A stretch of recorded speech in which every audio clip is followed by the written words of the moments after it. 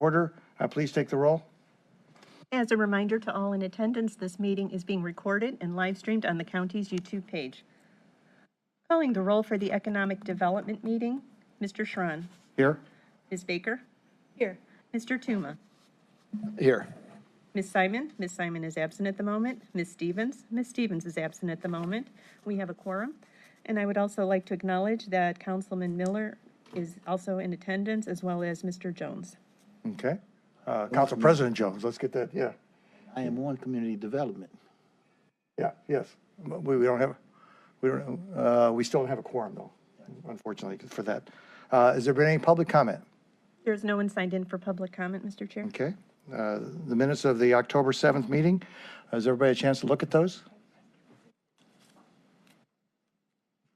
Hopefully everybody has. The chair will move that we accept the October 17th meeting minutes. Has there been a second? Make that second. Been seconded. Is there any discussion? Hearing no discussion, all in favor of approval of the minutes, say aye. Aye. Aye. Any opposed? The minutes are hereby approved.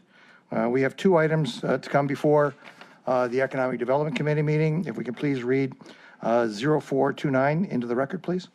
Resolution 2022-0429, authorizing an economic development loan in an amount not to exceed $1,200,000 to J. Hess Holdings Incorporated or its designee for acquisition and renovation of a vacant building located at 9200 Noble Drive in the city of Brecksville, to be used as headquarters for Physicians Ambulance Service Incorporated. And is there anyone here to speak on behalf of this issue? PowerPoint. Good afternoon, Chairman and committee members. Can everyone hear me? Okay. Good to go? Anthony Stella with Economic Development, here to talk about J. Hess Holdings, Inc. This is a single-purpose entity created by Physicians Ambulance. Here we go. They have acquired a building to relocate their headquarters and expand operations. The building they're moving to is at 9200 Noble Park Drive in Brecksville, Ohio. It's a convenient location for them. It's right off of I-77 and near the Ohio Turnpike. So this helps the business to be able to access all of their customers efficiently. So as mentioned, this is a newly created entity for Physicians Ambulance Service. This business has grown since 2009. They're up to about around 300 employees currently. They have contracts with hospitals, nursing homes, sports teams, specialty care organizations. They have asked the county for a loan in the amount of $1.2 million, which we would amortize over 15 years at 3.5% interest. The purpose of the loan will be to help, we'll take out some of the financing that they use to acquire the building in order to reduce their capital costs and also set them up for a project 2 years down the road, which they will be building out the building and investing even more into it. So this project is going to create 35 new full-time jobs in Cuyahoga County. It'll help retain the business operation, the headquarters here in the county, and it's taking that vacant building there in Brecksville back into productive use. A little bit about that building and some of the reasons that they're moving to this building, and we'll be expanding in this building. It's 54,000 square feet. It's essentially a blank canvas at this point, so it's they can build it out to their specifications. It's also centrally located between Cleveland and Akron, close to the Turnpike, as mentioned, so it helps be able to get out to their sites. The improvements will be occurring over 2 to 3 years. A lot of reconfiguration of the building, some new garage bays. There'll be some furniture, fixture, equipment. So altogether, this is a $4.7 million project. First Federal Lakewood contributed a little over $2.5 million, and I have Scott Naw here from First Federal. Cuyahoga County, they're asking us for $1,200,000. Brecksville provided a grant and $180,000, and the remainder, $830,000 is as equity from the business. We'll be taking collateral on the real estate. Its as-is value is $3,300,000. So as it stands, the county will have 78% loan-to-value on the building. Our general, we go up to 90%, so this is fairly well secured building. And we're also taking personal guarantees from Jason Hess, who is here, and Ronald Hess, who are the main owners of Physicians Ambulance. And I open up to any questions at this point. And welcome, Ms. Stevens. We are going to be running these just as a sequential set of meetings. So we now have one more member of our Economic Development Committee meeting. Welcome. And I'll happily hand the baton over to you after this meeting. So with that, questions from the committee as far as to economic development? Any questions at all? So we do have personal guarantees, which is, that's always a positive statement from the management out there as to their belief in the project. And it looks like we're getting clearly market rate for our interest, for our loan in regards to this. Right. Would there be anybody from the organization that wants to take the microphone and tell us about this great project from the Hess family? Sure. Sure. Jason Hess with Physicians Ambulance. Thanks. Thank you. So this project is, Please put your name on the record. Sorry. Oh, sorry. Asking from you. Yeah.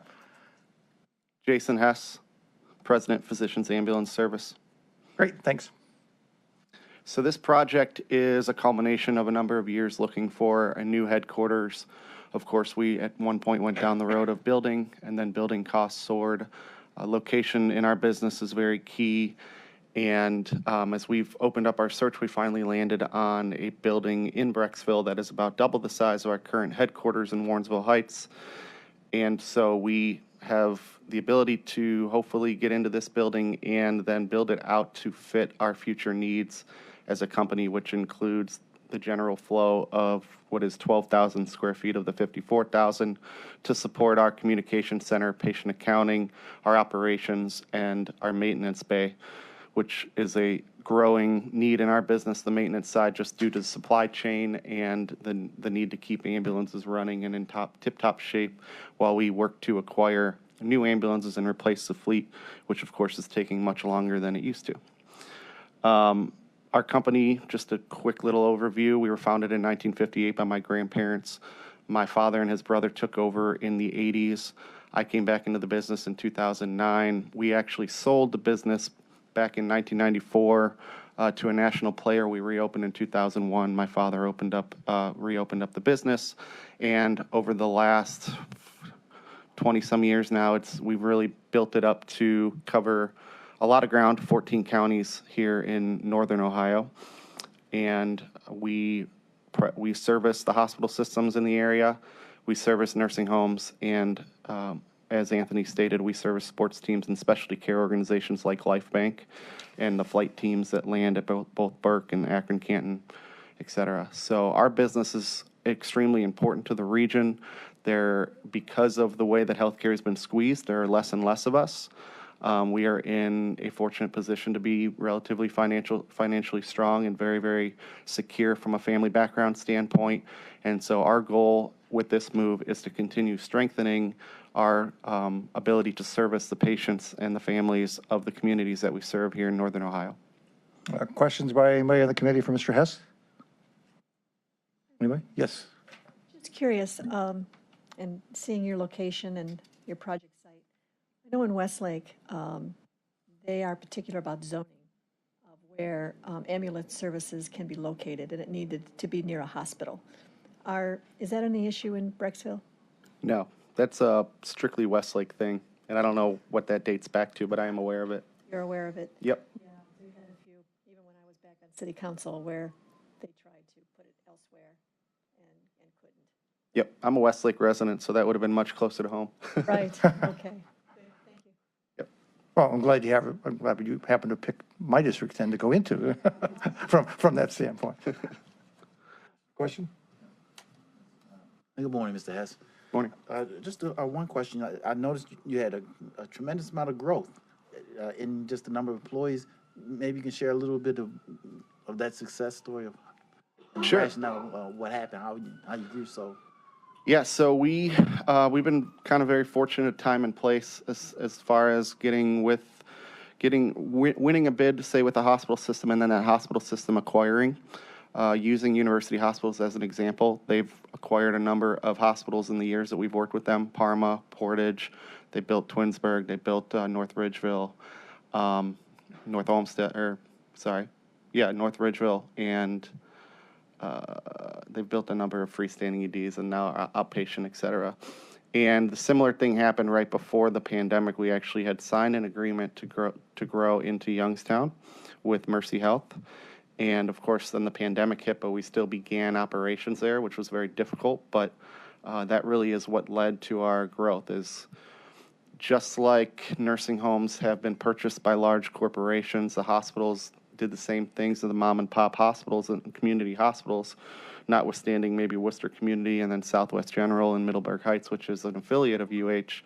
But we were fortunate enough to provide a good enough service to where when these companies would grow, they would ask us to follow them. And that first started in the nursing home realm, and that's how we expanded into Akron when the Communicares and the Sabres of the world began purchasing mom and pop nursing homes and asking us to expand. And similarly, that has happened with the hospital systems. At the same time, we worked with the Cleveland Cavaliers for a number of years, and we're fortunate enough to get opportunities with both the Browns and the Guardians over time as well. So some of it's been time and place and picking the right partners, and I think a lot of it has been providing the right services and hopefully doing a good job, which my management team has done a phenomenal job of doing. Congratulations on your hard work and your success. Thank you. Also, are you funded at all by Medicaid? Is there any Medicaid funding? When you Yeah. mentioned, the reason I asked is you mentioned about the industry being squeezed. Yes, yeah, we bill probably about 35% of our patients are Medicaid patients. Yep.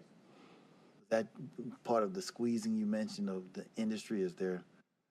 Yes, that's been a big squeeze always since I've been in the business for 13 years. I think in general, insurance companies are getting more strict with denials, and so they're looking for, for example, when the pandemic happened, there was no ICD-9 code for the pandemic, so you couldn't just get your insurance approved having COVID. You needed to have underlying conditions, which led to a lot of insurance denials and stuff like that. So the insurance companies have changed the way that they're approving and denying. A lot of times they deny and they ask for more medical history, and for us, we have to then dig that up with medical records of the hospital and whatnot. So from time of transport to time of payment can be anywhere from 4 to 8 months, which has made it a lot more difficult of an environment, not only for us, the hospitals as well, and the longer stays. In the case of the hospitals, the longer stays the patients had, the more they kind of worked through their insurance, and now the hospital didn't even, the services that were being provided were not being covered by the reimbursement that the insurance company was given, because instead of a 7-day stay or 4-day stay, people have been staying for 14 days, 20 days, which is only expected after a major surgery, not so much in the bulk majority of your population in a hospital. So there's been a lot of things running congruent. And then on top of that, obviously the wage wars that are happening with employment. When hospitals are short-staffed, they go to EMTs and paramedics and say, hey, come work in our ER, and here's double the amount of money that you're getting paid at Cleveland EMS or at one of the private services. So we've had to get really creative with our wage structures and differentials and bonuses to remain competitive. But it's obviously caused a squeeze on our business as a whole, and then fuel costs would probably be the other big one earlier this year, which luckily they've come back down into a decent range currently. Same was with the nursing homes as well. Yep.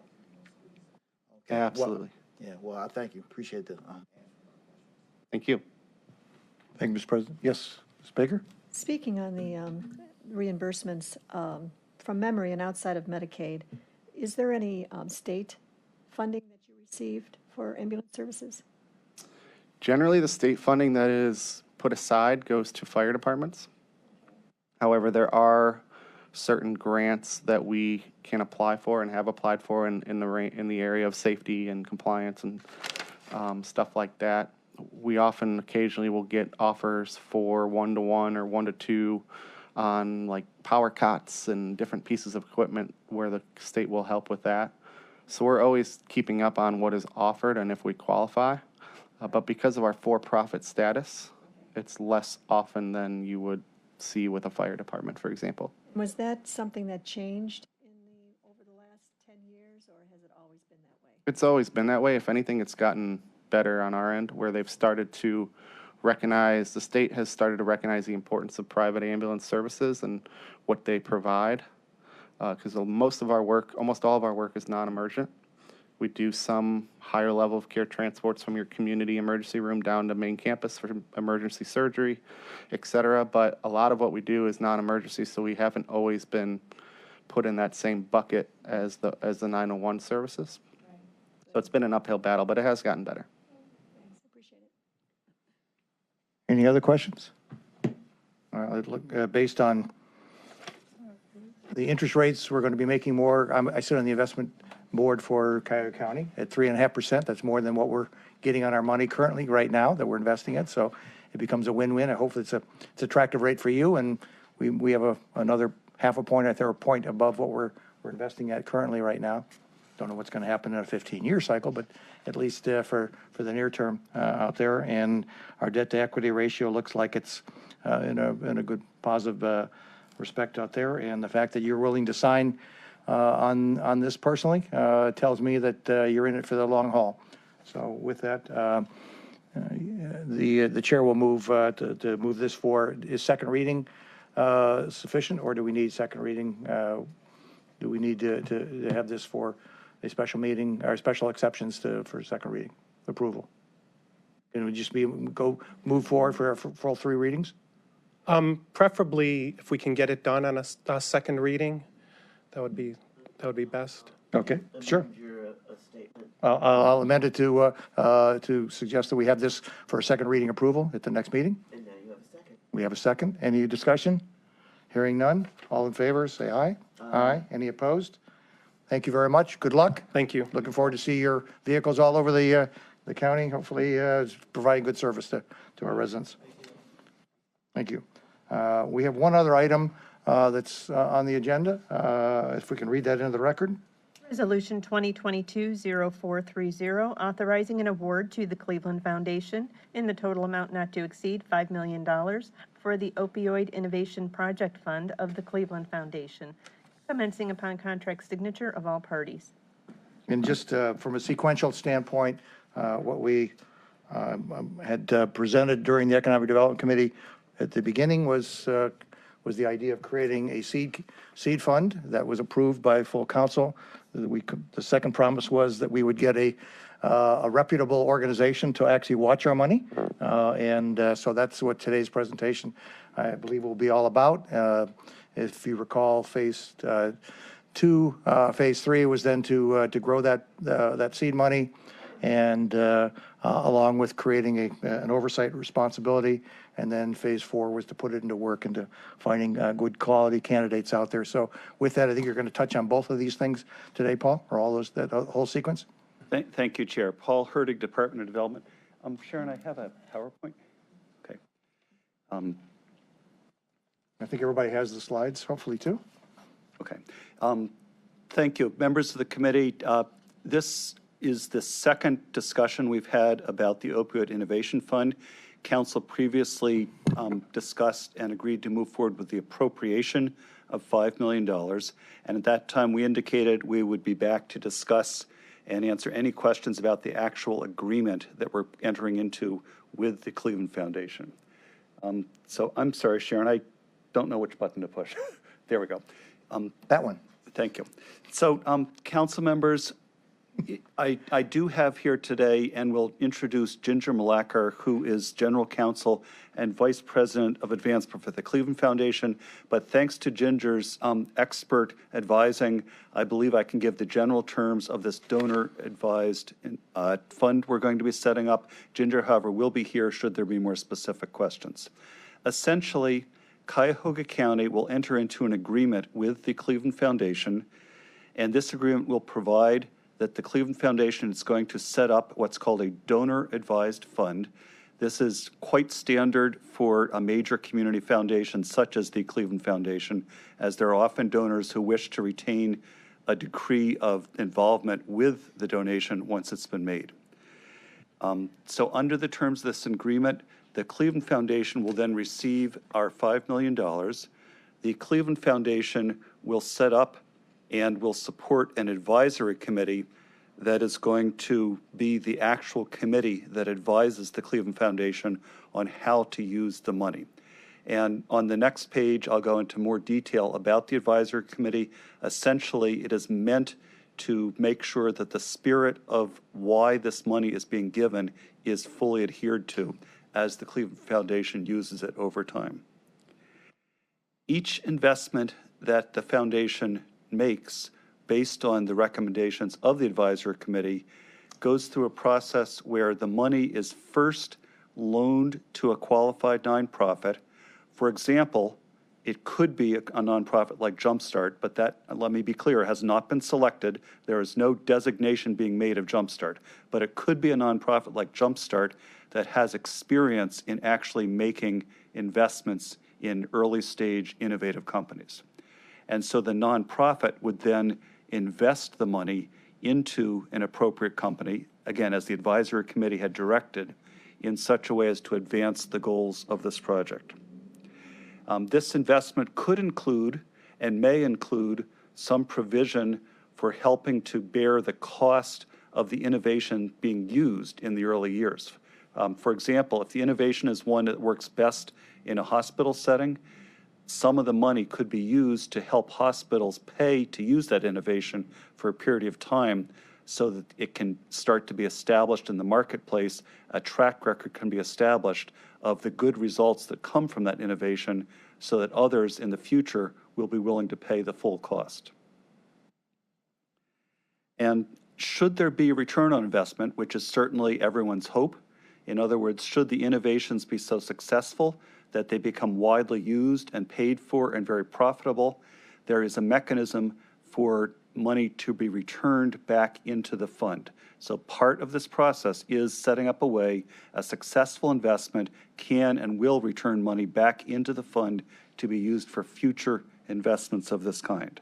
And a very equally important provision is that others may add to this fund at any time. So it is very much our hope, our expectation, and our plan there will be additional matching investments of money. And one mechanism by which this can be done is for additional money to be placed in this donor-advised fund. So on the next page, I'm sorry, Sharon, if you would. We wanted to give a little detail because we understand it's been important to County Council understand the oversight, a little bit of detail on who would be on the advisory committee. There's three groups of people, one county, one having to do with innovation, one having to do with healthcare. So the first set of three people is the county folks, of whom two will be appointed by the county executive, one will be appointed by the council president. Those three will then make recommendations to the Cleveland Foundation for an additional three people who are experts in commercially developing innovations, and at least two of these will be folks that have experience and some expertise in bringing forward healthcare and medical innovations. And there's three more who are, again, to be recommended by the three county representatives, and these are folks who have expertise in community health care. One of these might be a person who themselves had experience receiving addiction treatment, that life experience. So that will round out the advisory committee of 9, and that is the committee then which over time will advise the foundation when it's time, when it's appropriate to make an investment as we've talked about. The foundation itself is not going to proceed without the advisory committee's recommendation. The foundation's not going to just go charging ahead making quick investments. The advisory committee will be the group of experts that has that discussion. I do have a couple examples, and I want to make it clear as we go on to the next slide, Sharon, that this is only an example. We are not here stating that this is one of the investments that need to be made. In fact, that's not the point. The point is simply to demonstrate that there have been ideas, innovations, which have the promise of reducing opioid dependence, which have attracted funding. So this particular example is the UH Care Continues mobile app. And a little bit later, we will have with us by Zoom a couple of the leaders of university hospitals in commercializing their technology, who, if need be, can go into this in more detail. This particular mobile app was supported by $1 million from the state of Ohio's Opioid Technology Challenge. It is used when planning the discharge of patients from the hospital to identify those patients that truly need the opioids, and whenever possible, to have other non-opioid medication for patients that don't truly need the opioids. So as indicated here, in a 6-month pilot, this was before COVID, UH did test this across 12 hospitals, and by their count, they kept over 12,000 opioid doses out of circulation by finding other non-opioid ways to manage their patients' pain. So again, I just give this an example, not as an indication that this would be any way in which funding would be directed. And the second example, one more please, Sharon, is again to indicate, as was asked in a previous hearing, are there some examples of how this has been successful elsewhere? One of the examples that was mentioned was in California, and here's just a little more detail on the results that were found in California. This was a healthcare foundation. It put up $7 million in various types of pilot programs and strategies.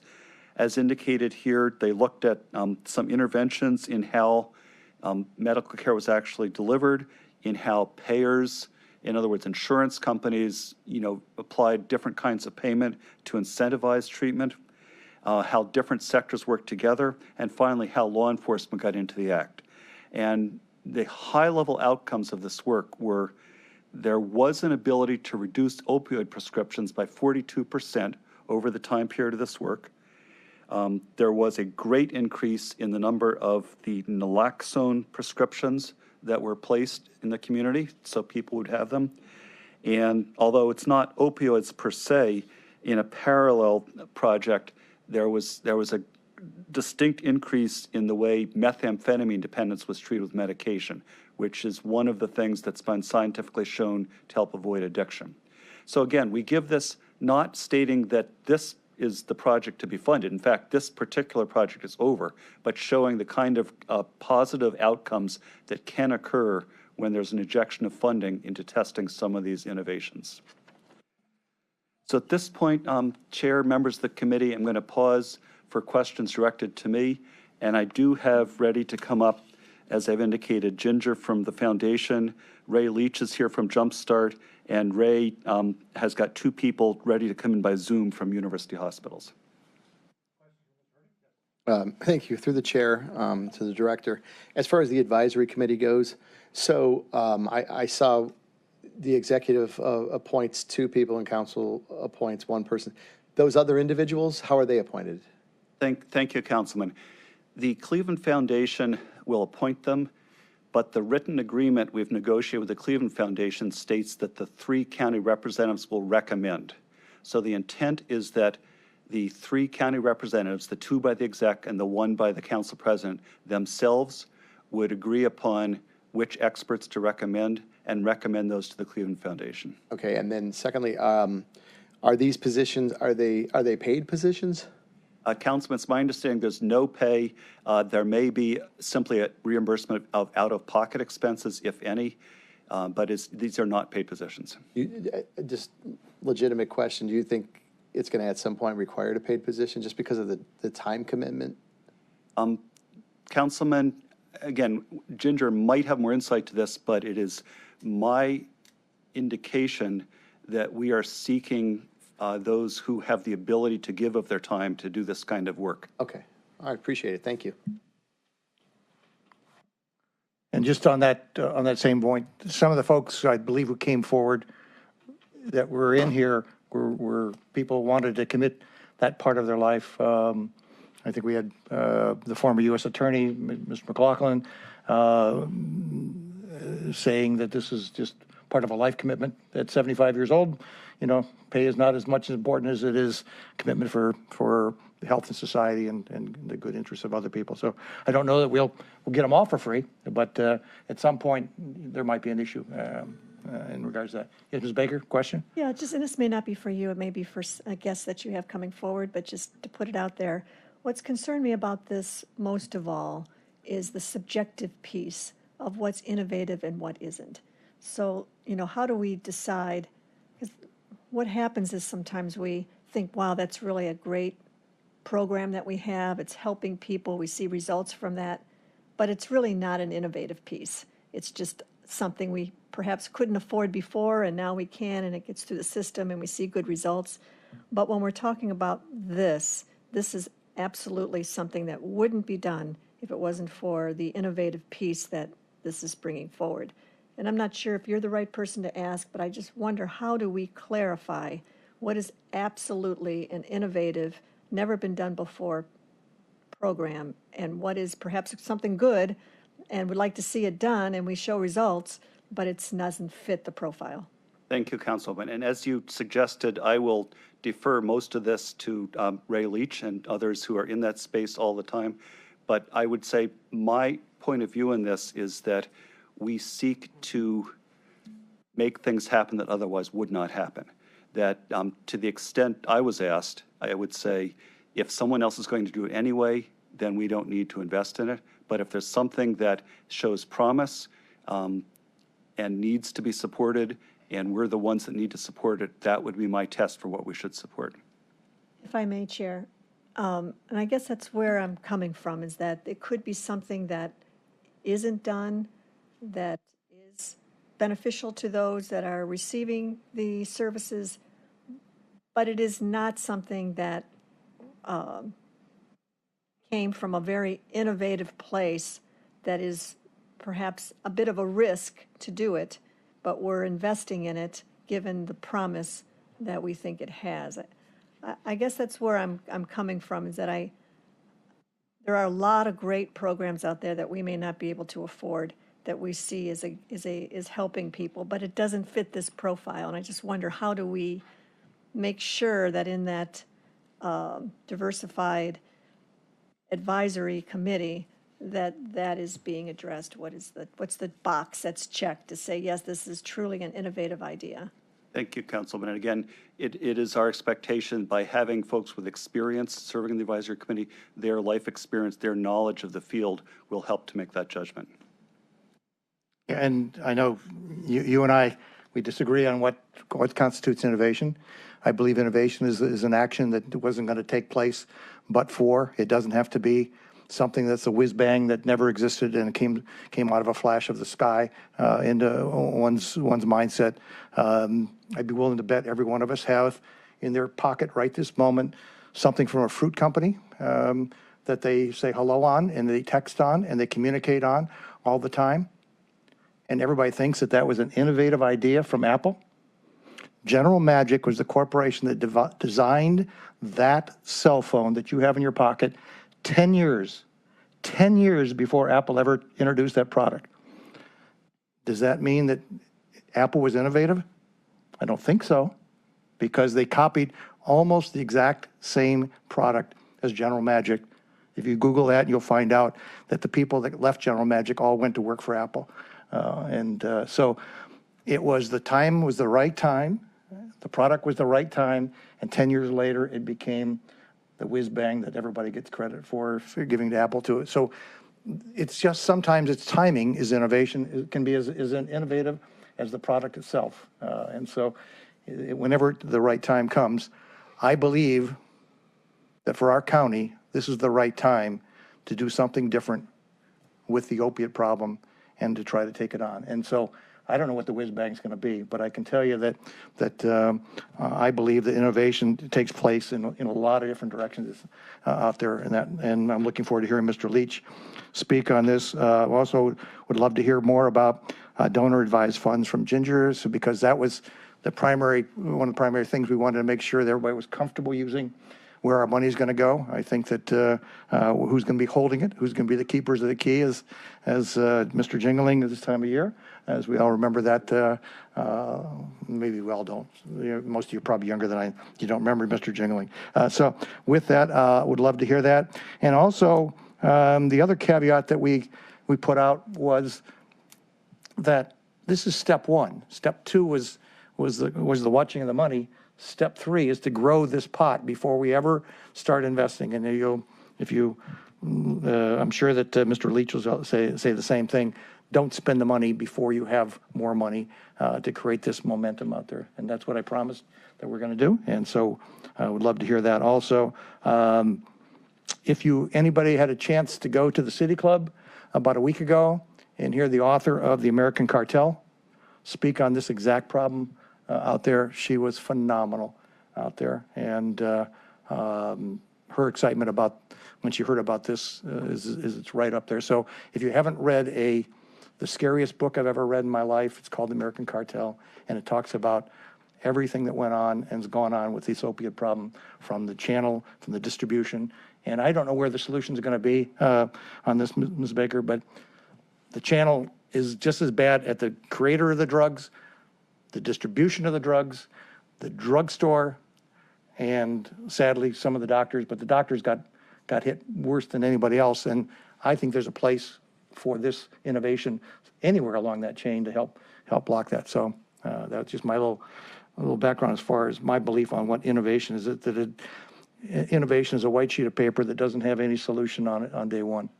So with that, I'd love to hear something from the Cleveland Foundation to tell us how they're going to be the keepers of our keys and the finances out there. So Chair, Ginger Malekar, Yep. General Counsel and Vice President Advancement, Cleveland Foundation is here. Great, thanks. Good afternoon, all of you. Again, Ginger Malekar, General Counsel and Vice President of Advancement at the Cleveland Foundation. And we are just thrilled that you are considering a partnership with the foundation on this very important project. And I'm here to answer any questions you might have. Okay, let's start with the big one. Okay. How big is the foundation, and when did it exist, and how long has it been in business? And just to give an overview for those people who maybe don't have the exact familiarity of how the size and scope of the foundation and what are donor advised funds. Thank you for that question. So we are the world's first community foundation. We were established by Frederick Harris Goff 108 years ago. And currently there's over 18 across the world. So as they say, it was a good idea. So we have currently, as of last Friday, our finance team told me we have $2.8 billion. The time value of money does work. We're still one of the largest of the 10 in the country as far as community foundations. We have, our grant making is over $100 million each year, and that includes grants going out from our donor advised funds. We currently have 650 donor advised funds at the Cleveland Foundation. They are created by for-profit, nonprofits, individuals, group of people, all different ways you can create them. They're very flexible. When we have individuals coming in to talk to us about how to achieve their philanthropy, probably about 80% of the time, a donor advised fund is used in order to achieve their objectives. And Mr. Tuma asked the question about oversight and the other 6 members. Can you give us a sense as to what you think Cleveland Foundation would do and how they would help be the selector of people with medical background, innovative background, the things that I think he was asking about? Sure. And we work, as far as this fund, there will be someone from our program team assigned to this particular fund. I think many of you are familiar with many of the program managers. And officers that work in that particular area. India Pierce Lee is our senior vice president, and she would be the person to select the staff member that would be assigned. And so we would be working carefully. We would find the selection of who the 3 appointed individuals, as we talked about, 2 from the county executive and 1 from the county president. And then we would work with them on coming up with recommendations for those 6 other positions based upon the description as outlined. If they needed us to do research, that is what we do for that particular committee. We're happy to do that. We are really the back office for our committees and really help them through the process and carrying out the goals and objectives. Though I wouldn't expect you to be necessarily have the background, this is very similar to the way we structured the original Economic Development Commission by putting their names, and they were then recommended additional business people, community people that would be sitting on there, and labor and things of that nature that sit on. A few were automatically by the charter, but the rest of them were actually selected out there.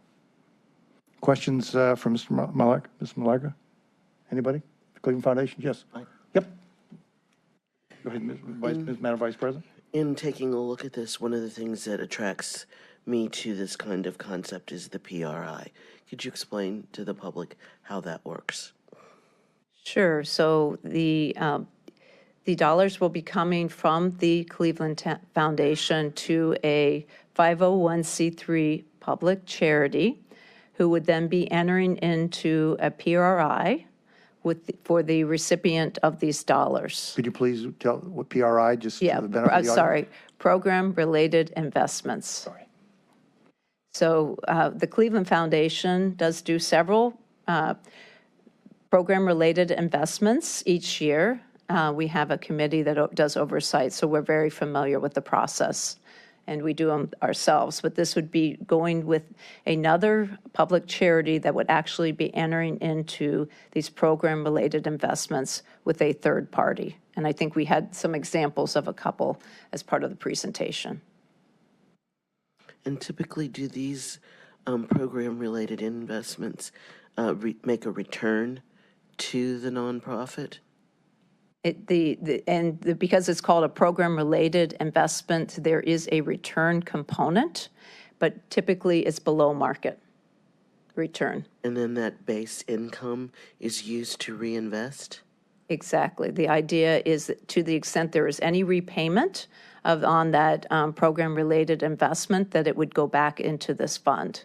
So it would allow this fund to be able to grow and continue the cycle of making out these grants that would allow for these program-related investments. And what's the difference between the market-related investment and a PRI investment?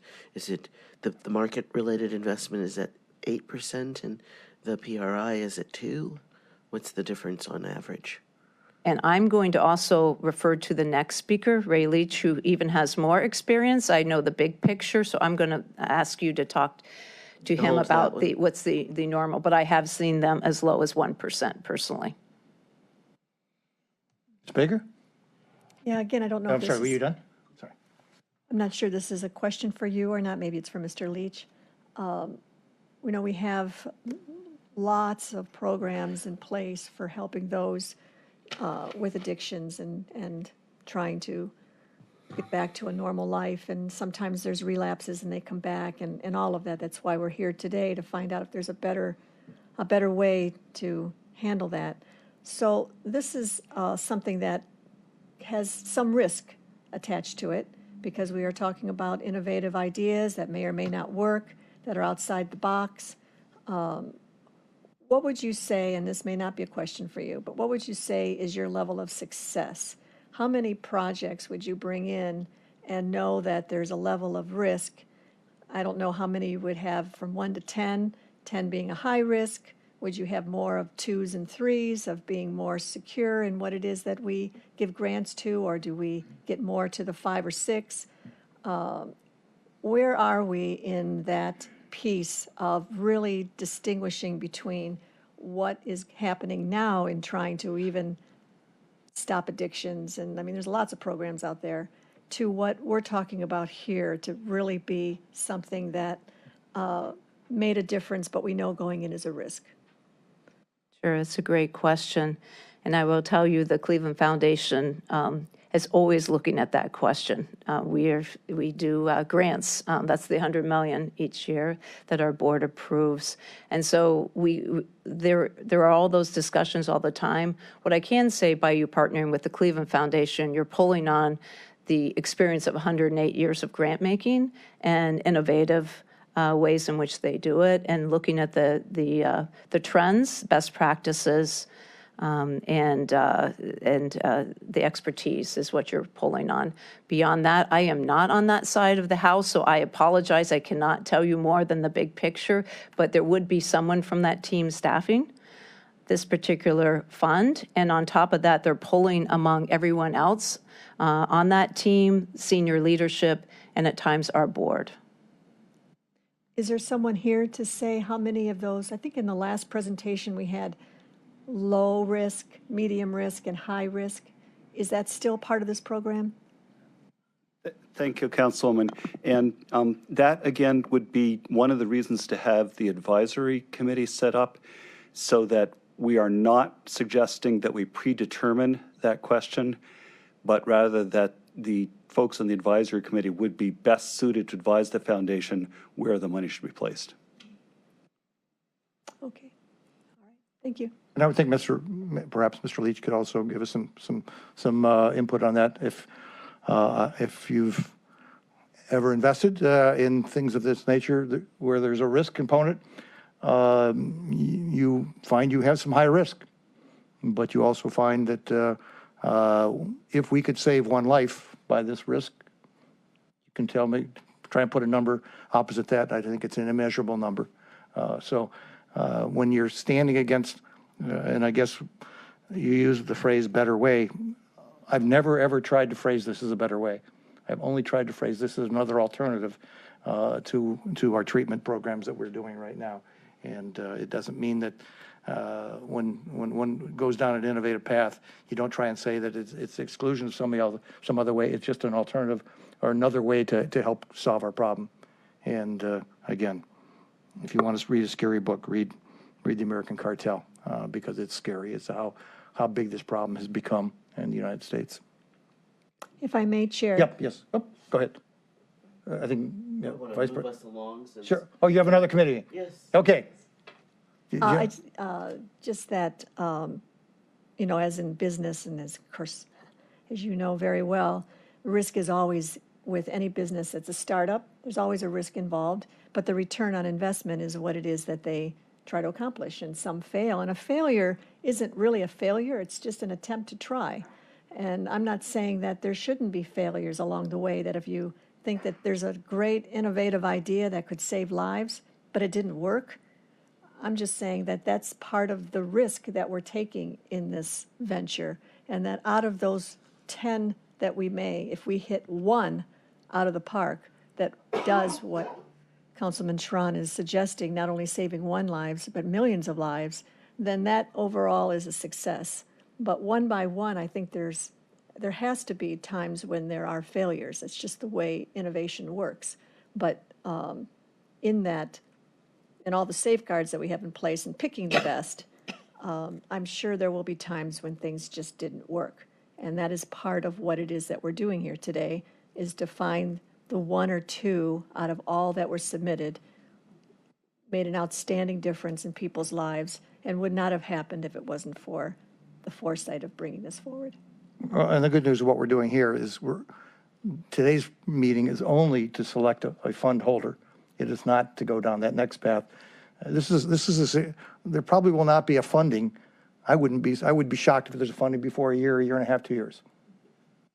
So don't be surprised that that's, if somebody's definition is that next week you're going to see us investing in money, then this is not what innovation's about. Dale, it looked like you have a question. Just a comment that the opiate crisis in Cuyahoga County, with 700 or more fatalities per year, is one of our community's most serious problems, and we've worked hard. We've been been diligent. We've funded a lot of programs, and I'm sure if it were not for those efforts, the situation would be even worse. But it's very clear that the status quo is just unacceptable, and that we have to do more than what we've been doing, and I truly believe that those solutions are out there, and at this point, we don't know what they are or whether they're going to be in prevention or treatment or other aspects of the problem or in the demand side or the supply side, but we've got to take this further step, and I support the legislation. And Mr. Chairman, I appreciate the leadership that you've provided on this issue, and also the administration, and I support it. Thank you. Sadly, the author reminded us that we are now over 500,000 deaths as a result of opioid.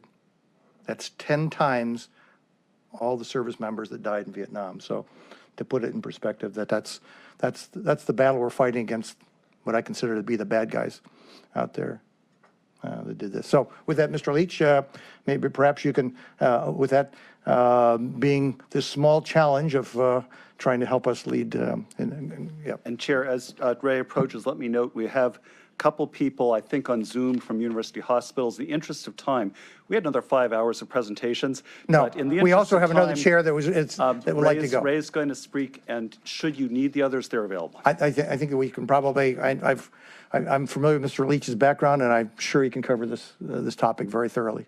Okay, well, great to be with council. Thank you very much to our friends at University Hospitals, who I do think have to drop off at 2:15, but they could circle. They're on Zoom, but they could circle back. So first, I'd really like to applaud. Can you state your name for the record, please? I'm sorry. Thank you. Ray Leach, CEO of Jumpstart. We're a nonprofit economic development organization headquartered in Cleveland. So I'd like to start with just applauding the leadership of the council, your vision, your energy, and your stick-to-itiveness. Particularly at the intersections of opioid addiction and innovation. I also want to encourage you that while you're not the first to do this, you're one of the first. I think you're one of the first county governments in the United States to do this. But the state of Ohio did commit $20 million to opioid innovation back in 2017. COVID complicated things a little bit, but the team at University Hospitals who was going to speak today was one of the awardees of the total dollars were in. They ultimately deployed a little over 10 million of the 20 million that they originally committed. But I think some of the hallmarks of that program are very, very similar to what you've constructed. First, outside experts. Second, match. Private sector and or other actors partnering with government to address these challenges in and around opioids. So I think this is really an opportunity for Cuyahoga County to take this work to the next level, particularly leveraging the experience and the insights of the healthcare institutions, which are obviously world-class, that this project will be able to benefit from. So with that, I'm happy to maybe address a couple of the questions. And the questions that were raised, I think, are very common in terms of just what are meaningful outcomes, and also to Councilwoman Baker's comments around what is innovation. So, and I do concur with Jack, our Councilman Schron, that innovation has different definitions. But what I'd encourage this group to do, given that it's going to have significant input on the council that will make this decision, is empower them in the charter of the council that will make the decisions for them to bring some level of definition around innovation. It could be around impact. It could be distinctiveness. And, there are folks in our community, particularly in healthcare, that deal with that all the time. And, one person's definition can be different from another's. But that doesn't mean that this council can't have their own definition and that they hold themselves accountable to that. So that's really like a charter of the council. So Jumpstart has a lot of experience and works with other organizations who create that kind of construct so that when they are contemplating an opportunity to support a project, they can really hold a mirror to themselves to that charter or to those goals and objectives. So that is typically kind of a best practice on how to deal with the definition of innovation. On the risk side, I'm envisioning that this fund, which hopefully it'll make commitments in calendar year 2023. There's obviously a huge need, and I think there's a lot of interest in this fund. But I would expect a lot of these are going to be very high risk.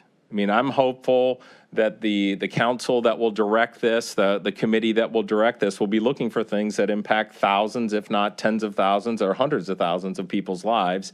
And a lot of those things, a lot it's been tried.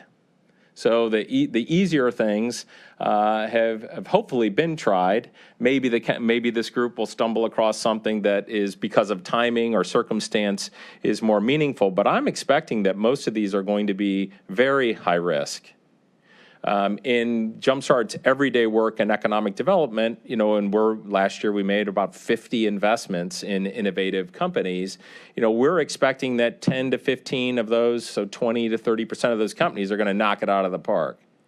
And another 25 to 30% are going to do okay and return the money and generate adequate benefits. But there's going to be 30 to 40% of the companies who tried and maybe didn't achieve the outcomes, but that the collective outcomes of the group will greatly exceed the expectations. In this kind of work in general, just to give you context, and this is a little bit dollars and cents, so it's a little unfair because we're talking about saving people's lives in this case.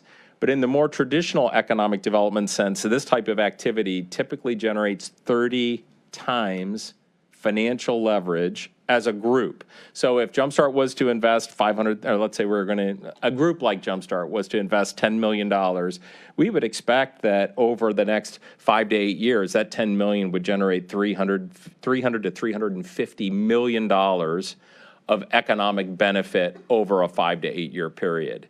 And maybe half of those didn't, quote unquote, succeed, but the half that did are generating that outcome and impact. So if these, to your comment around if we're funding projects that are not innovative or are Me Too, then that's not the purpose, obviously, of this. So I think collectively the risks that this fund would take will still generate significant outcomes. And of course, we have many actors and organizations in the community who have been partners to the Cleveland Foundation and or have gotten access to PRIs and have been able to generate great benefits as well as returns to keep this work moving forward. And for Councilwoman Stevens, on the delta, you were exactly right. Typically the delta, the market rate might be 8%, where a PRI might be 1 to 2%. But folks like us that take PRIs are expecting to pay in the 2% range, give or take, a couple percentage. So that would obviously return monies to the project, but a lot of times, particularly if it's a nonprofit leading the project, the dollars that are coming into the project as match, which could also come from other public sources, would also be used to advance the goals and objectives of this fund. So the more dollars that can be brought into this fund, either from private charitable donations or other public-private and philanthropic collaborations, would just increase the size of the fund over time and have the ability to make greater impact.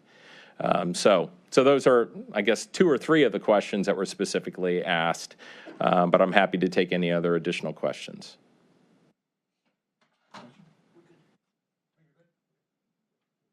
So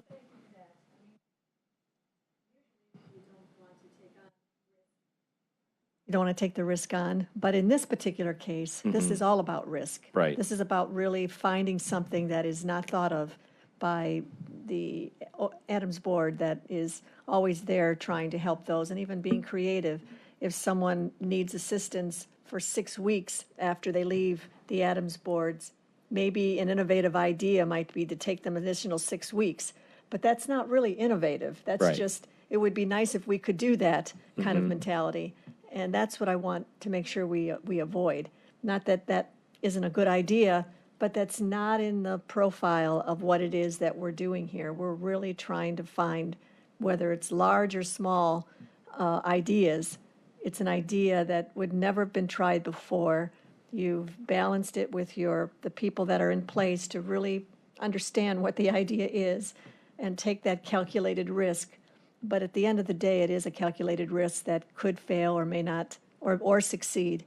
And 1 out of 10 projects, maybe all you'll see, or maybe 3 out of 10 projects, maybe all you'll see as a very much hit it out of the park kind of idea that we will be able to deliver to the residents of Cuyahoga County.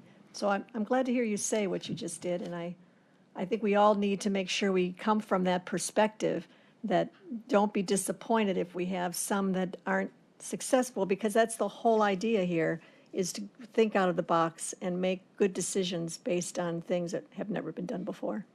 You know, one quick comment just as a follow-up that's really important is this work relies on a little a moniker called the law of large numbers. If we only had enough money, so let's say we were talking about $1 million as opposed to $5 million. If we only had $1 million worth of projects and we matched, and let's say each project is $250,000, with the match, you only have 8 projects. Whereas if you have $5 million and you match that, you're going to have 40 projects. So the reality is, a lot of times when these types of projects or opportunities come in front of a really, really smart governing body, you can't discern the they all look equally interesting, and you can't discern, because it is so early, which is going to have the big impact. So the ability to have $5 million is going to enable you to have more projects. The more projects you have, the more innovation you're going to have, and the better outcomes you're going to have. So another thing I would just share to applaud to the council is this seems like a very good number. It's enough to make a meaningful difference. It's enough to experiment and leverage other folks to join, because you ought to be able to get 30 to 50 interesting projects that have the opportunity to make compelling outcomes with the dollars we're talking about today. Other questions? No, I have a question. Yes. So let's say 30 to 50 projects. These projects, I take it, are really ideas, or are they patentable products that could? Many of these will be patentable, and obviously, or they might already be patented. I mean, so some of them, and probably a good percentage of them, would be. Others are going to be more distinct or unique approaches or applications. Maybe it's oftentimes in the software world, you don't want to patent your product because then that's kind of giving it away as opposed to some unique invention. But I would anticipate a good percentage of these would have intellectual property attached to it. And if that is the case, who then owns it? If we're giving $5 million, what role it?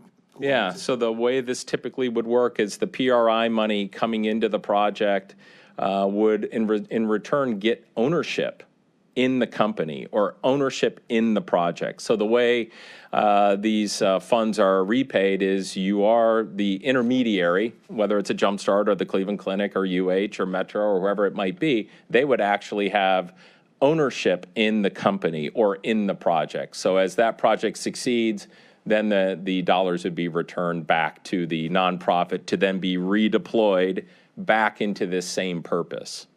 Did I hear you say the ownership is with the nonprofit? Okay, so again, the county is strictly a loan, not an investor. So yeah, the construct that is being envisioned today is that basically a grant is being made to the Cleveland Foundation. The Cleveland Foundation is converting that into a program-related investment. The reason why it's a program-related investment versus a pure investment is this is high risk.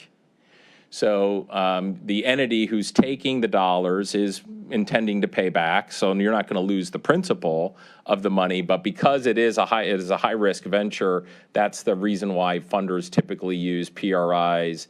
Or that's typically why you're going to get your principal and interest back, but not necessarily an ownership interest. Having said that, in Jumpstart's case, we do get an ownership. The intermediary would get an ownership interest, and the intention in the creation of the project would be, so if Jumpstart ended up being part of this and we got an ownership interest and we got a significant return, we would dedicate those dollars to go back into the opioid fund.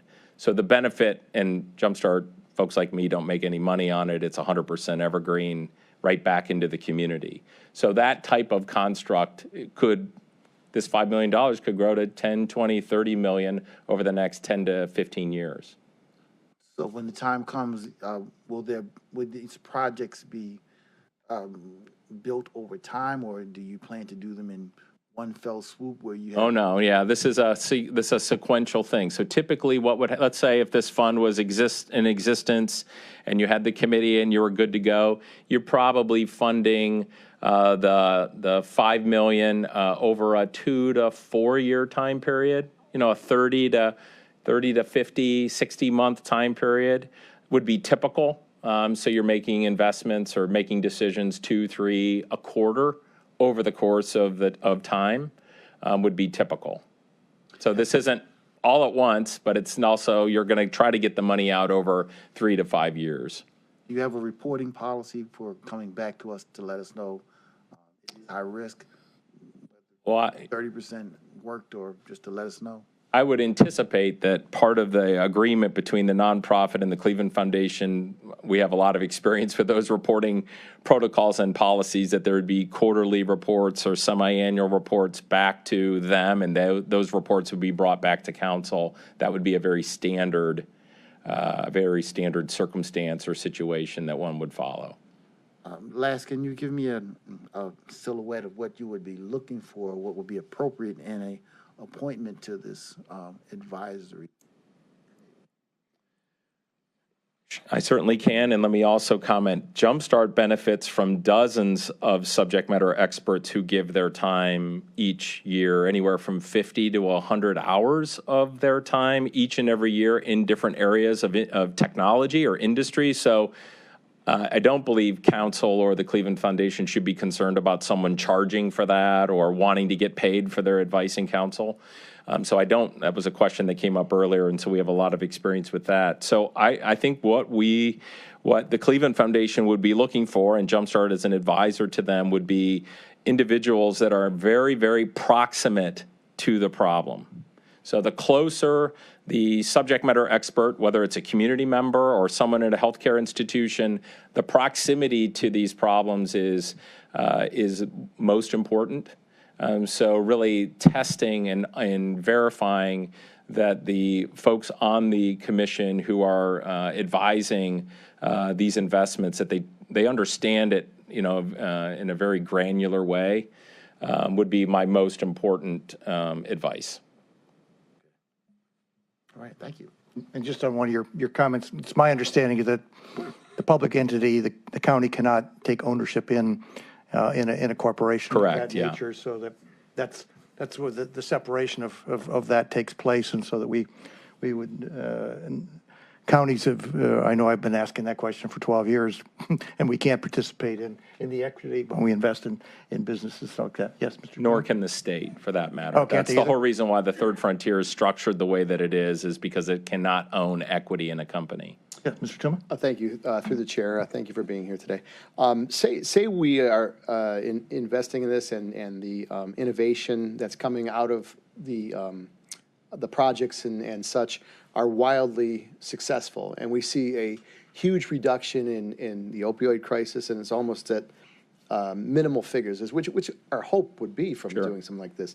Is there a plan for like a sunset clause on this, or how does that work as far as like, hey, we've been keeping track of this stuff, and we're very successful, and we think we've done pretty much all we can to impact this crisis in the area.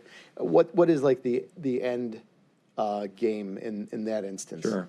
So what you oftentimes see in this agreement between the county and the Cleveland Foundation would be some sort of provision for either a reassessment, because oftentimes that might be a dialogue between the foundation, or I've also seen clauses where if it is determined and discerned by the governing body that the goals and objectives of this fund have been accomplished, that these dollars would be protected and allocated for other economic development priorities, or innovation might be a better term in this case, other priorities in and around critical issues in the public sector related to innovation. So if we cured opioid addiction and the fund ends up with $16 million, how do those dollars continue to advance projects in and around innovation that the county council and or the committee believes makes sense? Another public issue, or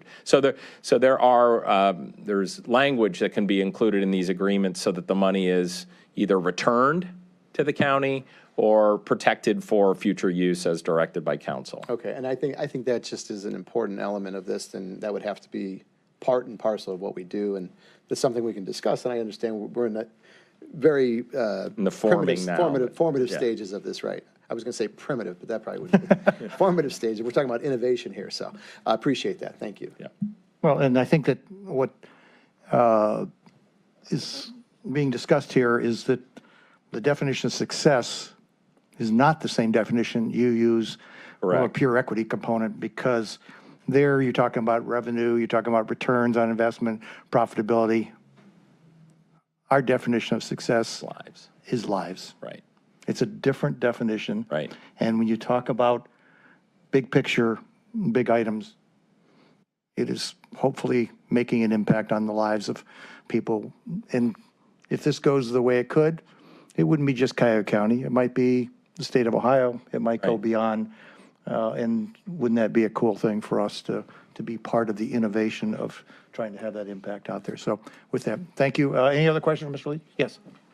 Just quickly, you mentioned that the state of Ohio has already done something similar in 2017. So we had 2018, 2019, and of course the pandemic in the following 2 years. But is there a path that we're not creating the wheel, that you will learn from what this state has done, and maybe in the not so good things and maybe the great things?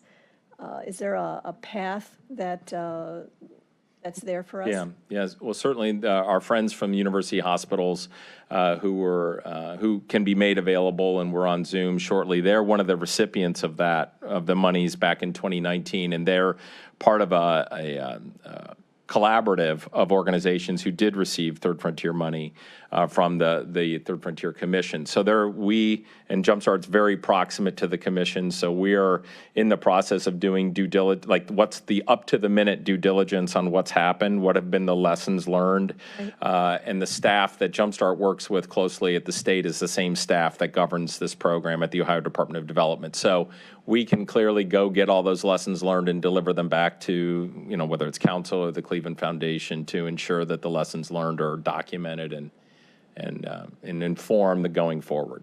And one of the big differences here is that we sit at the crossroads of 4 phenomenal medical institutions between the Cleveland Clinic, UH, Metro, and the Veterans Hospital, all of which have an opiate problem. And we also sit at where we actually created our own diversion center as a county, and we could actually be seeing how we could be utilizing that as a tool.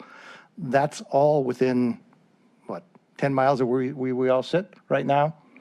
The state of Ohio doesn't have that ability to be that innovative and that creative in a small nucleus of what we have right here. So I think as much as they might have got out there in 2017, we've got the horsepower here in northeastern Ohio to be truly an innovative region. So with that, if there are no other questions. It would just be good to see if. Oh, yeah. Yeah. Gather as 18, much 19. information as you can from as many sources as you can, for as long as you can, for as little as you can. And if there was is what my business professor taught me. anything hit out of the park, if there's something that came out of that 18 and 19, that they were really on a roll, they're organized, they're together, they're picking projects, was there anything that they have found that made a difference in people's lives? I'd be curious to know. I will report back. Thank you. Thank you, Chair. Other questions? All right, hearing none. I think we've got, again, all we're doing is moving with economic to a funder to watch our money at this moment in time. So with that, the chair will move that we move this out of the committee and move it for second reading. Chair, the department requests passage on second reading. Oh, Okay, well, then I'll move for, Defer that for a minute. oh, I'm sorry, what's that? We can defer passage to community development for a minute. Oh, yeah, what's that? We've got to vote on, we have to vote on this one. Yes, right. And then I'm going to hand the baton to you after we're going to close our meeting out, because we didn't actually open your meeting. I move for a second, to move this to full council for a second reading. Second passage and second Is that reading. passing a second reading? It's been moved and seconded. All in favor, say aye. Aye. Any opposed? Thank you for all you folks for coming, and thank you everybody else who's been participating. As important as what your items are, I think you just heard a very important one for our county. Cool. Oh, and we just close out the Economic Development Committee meeting, and I hand the baton over to our battalion, what is that? The gavel. Gavel. The gavel, that's right, to the vice chair. Welcome to the Cuyahoga County Community Development and Economic Development Planning Committees, Section B.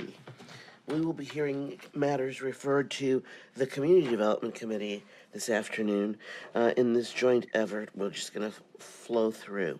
Do we need to recall roll? Yes, please. Calling the roll for the Community Development Committee meeting, Ms. Stevens, Present. Mr. Jones, Here. Ms. Simon is absent at the moment, Mr. Gallagher is absent at the moment, Ms. Baker. Here.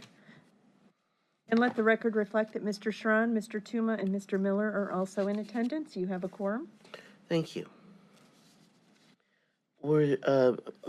Did we do 2 meetings together before so that we don't have to redo the minutes? We do have to approve the minutes. Okay. Do I have a review of the minutes?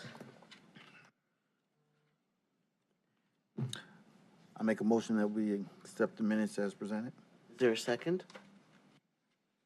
Not sure I was here for those minutes, so it'd be better if someone else second, but if not, I can second. I'm not on the committee.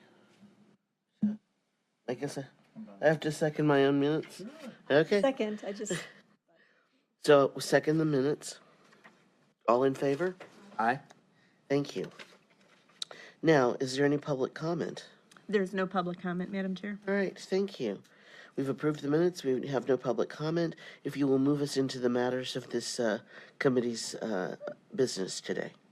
Resolution 2022-0416, awarding a total sum not to exceed $250,000 to the Village of Mayfield for the Civic Center ADA and Energy Efficiency Upgrades Project from the District 6 ARPA Community Grant Funds. Who's representing the community today? If they would step forward, identify themselves and their role in the community, and do a presentation on this. Good Welcome. afternoon, committee members. Thank you for the opportunity to present. My name is Diane Walgamuth. I am the Director of Administration for Mayfield Village, and I have with me Shane McAvenue, who is our Recreation Director, and Scott Sipos, who is our Service Director.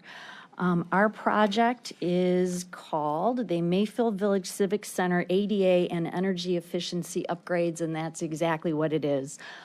We provided some slides. I just wanted to kind of orient you if you haven't been to Mayfield Village or to our Civic Center.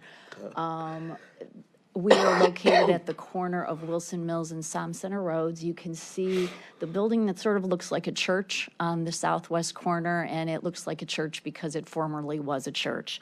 The village purchased it from the Mayfield Methodist Church in 1999. Yes, and we moved into it in 2005. The building itself was built in 1947, and it's an old building. It's a lovely old building, and the community is very attached to it and has made it clear that they would like the village to maintain the building and to continue to use it as we do. So it serves as our administrative offices. We hold council meetings there, and we also do a lot of programming, a lot of recreational and cultural programming. And so if you would quickly tell us let's go to the last slide where it talks about your budget. We have identified a series of items that are ADA and energy efficiency improvements that we feel are the next ones that need to happen with the building. So they're mostly interior and exterior doors, windows, an HVAC unit, a very large one, and an automatic door actuator, ramp construction for Reserve Hall, which is the theater that we created out of the sanctuary. It doesn't have a ramp, an exterior ramp for people to get out of there. They would have to come through the entire building to get out of that facility, and then some website upgrades for ADA compliance. Okay, do any of my colleagues have questions?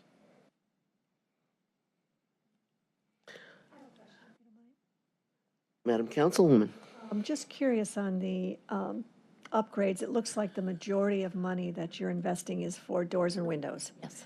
So if it wasn't for that, I didn't add that math up, but difference between the budget and the grant request is about 75,000. Correct. So you have that 75,000 put aside to invest to Yes. make up the gap? Yes, in our general fund, yes.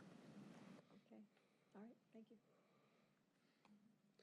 Since you have the gap, anything else you'd like to tell this committee before we move forward? I have nothing more. Do you have anything? No, thank you. Okay. As is the rule with these types of activities, we greatly appreciate your presentation and your request to council for this funding. We will go through all through 3 hearings, so it will be sometime in the new year before final approval is made. When and if final approval is made, staff from the county council will reach out to you or your representative in the finance department of your municipality to tell you what the final stages of this process are. Please continue to watch county council's process as it moves from committee to full hearing. Madam Chairwoman? Yeah, I believe that it was put on into the records for tomorrow for second reading, subject to being voted out of committee for the second reading. So correct. it could theoretically be passed before the end of the year in our next meeting? Oh, well, theoretically, yes. Yeah. You know, it's the holiday season. I'm we have- already to the new year. Okay, I think we have one more meeting after this one. Though. All right. Thank you. Thank you. Hold on just a second. Do I hear a motion? I can't move because I'm not on the committee, but, I will make a motion that we move this to the full council, and I would also like to have my name added to this item as well. And did we need suspensions or? No, we can't suspension, Can't but we have adequate time to get it through the last 2. But it will be the new year before staff calls them, trust me. oh, that's true, yeah.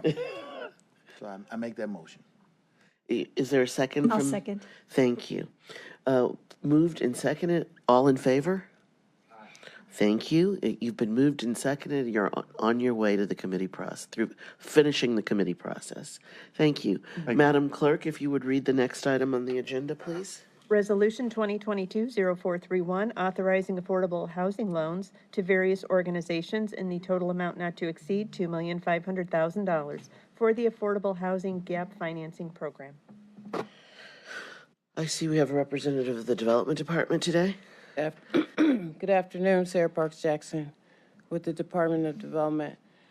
This request for affordable housing loans stems from our Emergency Rental Assistance 2 funds, which were issued by the Treasury.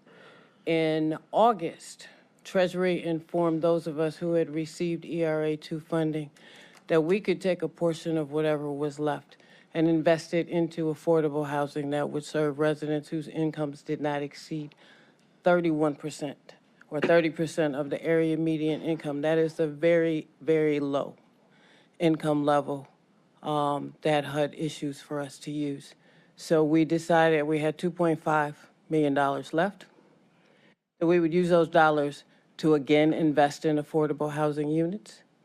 A RFP was issued. We had 6 projects that were proposed. 2 we didn't move forward with. 1 didn't have site control, and the other had some legal issues that we couldn't get past. And so today what we have before you are the 4 projects that staff has recommended go forward with funding. 2 of those projects were previously awarded home funding. They are very good projects, and all of the projects that you see here today are experiencing some financial issues due to the cost of construction now. which is the case for the two which have previously received home funding. So those two are Benjamin Rose, and I'm going to ask for a correction on the description of Benjamin Rose, as it should read, the development of 20 new and 60 rehab units at the Margaret Wagner Senior Apartments. I've discussed this with the clerk previous to that. So we'll have to vote on the amended language. Okay. So, Benjamin Rose, we are recommending an award of $500,000 for the rehab expansion and development of those units. That coupled with the $450,000 that we have provided to this project with home dollars would give them $950,000 to go with the HUD 202 allocation and other funding. Did you bring new budgets to us today? No. Now, you know how I am about my budgets. I think it was in the packet. No, it wasn't in this. Okay. I Okay, can so get what you. was the total project? I'm going to ask Mary to come up Okay. to talk about. It has just to be focused on the total project and what this does to Okay. the total budget. And we do, See. the committee does understand that inflation has messed up almost every project that has rehab or construction.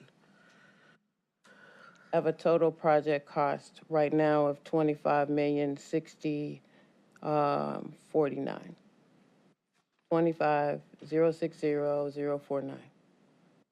Okay, that was or is the total project That cost? is. Okay, so it was 24.5 previously. I believe so, yes. Okay, so that's my question. While it is a significant amount of money, it is still a minor adjustment in their total project cost, and it gives them the ability to complete construction. Yes, it does. And it also allows us to receive additional affordable units. So how many units were we receiving before? 4. This will take us to 8. And the additional 4 will be at 30%? Yes, the additional 4 cannot exceed 30%. All right, you've saved your client the need to come up and face the committee. Unless they really feel the need to come up and wave and shout their name and thank us. Brave soul. Yes.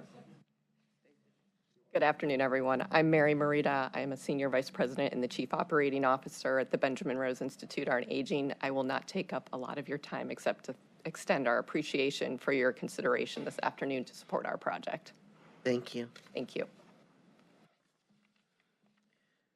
The next project that you will see will be Cuyahoga Tay, which you've seen before for home dollars and I believe some general fund due to ARPA from homeless services. This $500,000 is in addition to those funds. It is a multifamily project. It is for homeless youth. Let me go to my correct page. 18 to 24. So these are young people who've aged out of our foster care? Are aging out of foster care. And ages 18 to 24. It is a service-rich project that will provide a number of services for those young adults, along with some leadership skills, educational opportunities, and other. I have a new project cost of Good job. And your total project cost is? $60,685,61. And I would have to bring Joe up because I don't have the previous. Okay. Which Joe's coming Joe up today? Hoffley.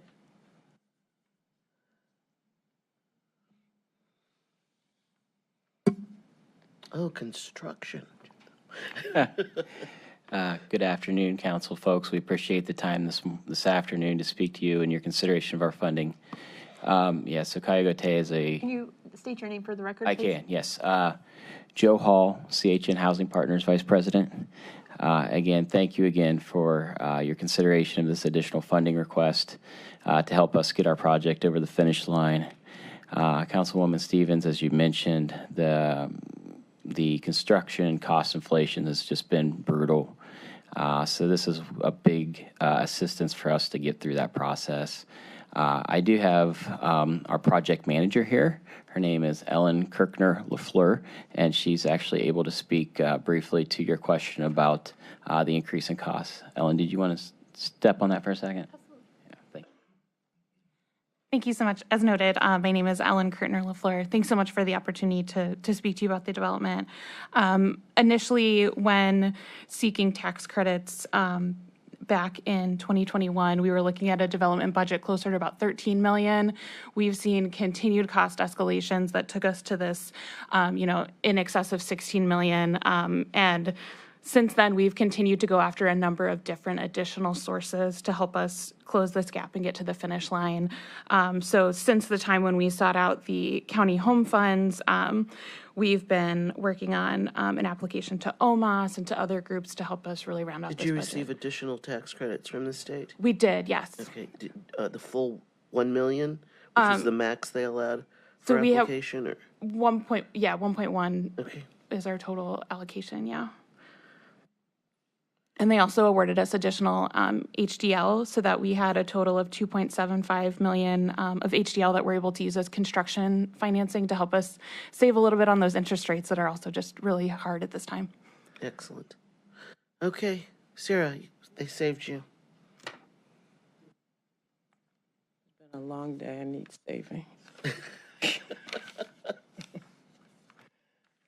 The next project is actually 53 new units at the Hitchcock Center for Women, and we are recommending $500,000 for that project. And I'm going to ask Mr. Wesley Finch to come forward and talk about the affordable housing units for the Hitchcock Center.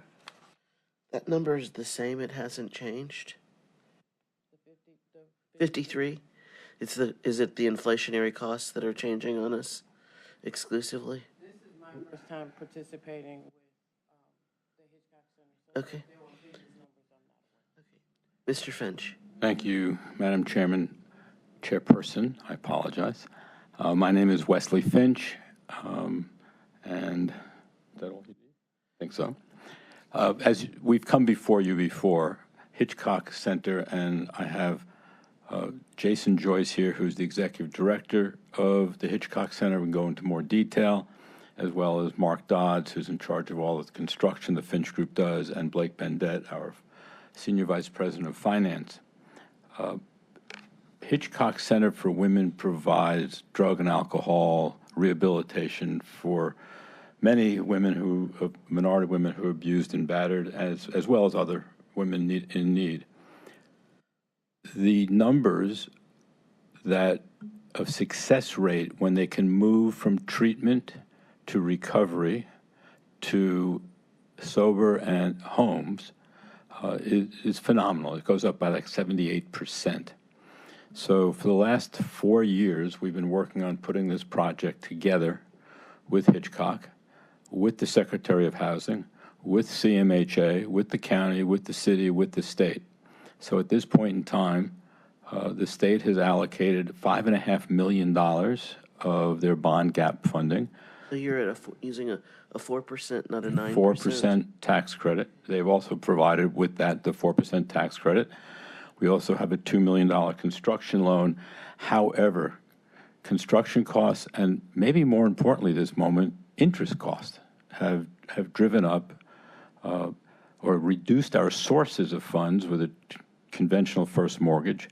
We do have 100% Section 8 has been allocated to this with a preference for the women who have graduated the treatment program. That has been approved by the Secretary. Do you have place-based vouchers So We that have every unit has a voucher. project-based vouchers, yes. 53 units, technically they were awarded through CMHA. And now with this, we will lower the income levels of folks from 50% to 30% on a number of the units. And I think it's an overall great program. We're very close to getting there. And Madam Chairwoman, it is the housing portion is 17, as of right now, and these numbers are very, very recent, $17,319,008. The treatment side is $9,848,000 for a total project cost now of $27,168,000. That's rounded by $200. But I'd like to introduce Jason Joyce now, who can take you through what the Hitchcock Center for Women does. Jason Joyce, President and CEO of Hitchcock Center for Women. Thank you so much for having me back, for at least for some of you. So Hitchcock Center for Women, we are a residential treatment and recovery housing provider currently. We're in the Glenville Huff neighborhood of Cleveland. Any number of year, we serve 320 of, frankly, the most severe and significant substance use treatment within Cuyahoga County. For this project specifically, we're looking to expand our scope to permanent supportive housing in the Section 8 so that there's longer-term placements. That will be in conjunction with our current residential treatment and our short-term sober housing. So this would increase our ability to serve people by at least those 53 units on an annual basis. I don't have any questions. You managed to keep a personal friend of mine on your board of trustees. Somehow, a friend would go off and another friend would go on for the last 15 to 20 years. And then, because this is in Councilwoman Conwell's ward or district, she and I have a close alliance, and so I've never been able to walk away from hearing about what you're working on. Is there anyone else who would like to ask questions of them? Mr. President, no questions? Oh, no questions. As you have said, he's you become have a partner strong in advocate in supporting Yvonne this as Conwell. well. She has kept us fully abreast, and Not to mention, I was at the housing conference last week, and somebody asked me if I'd heard of West Finch. Thank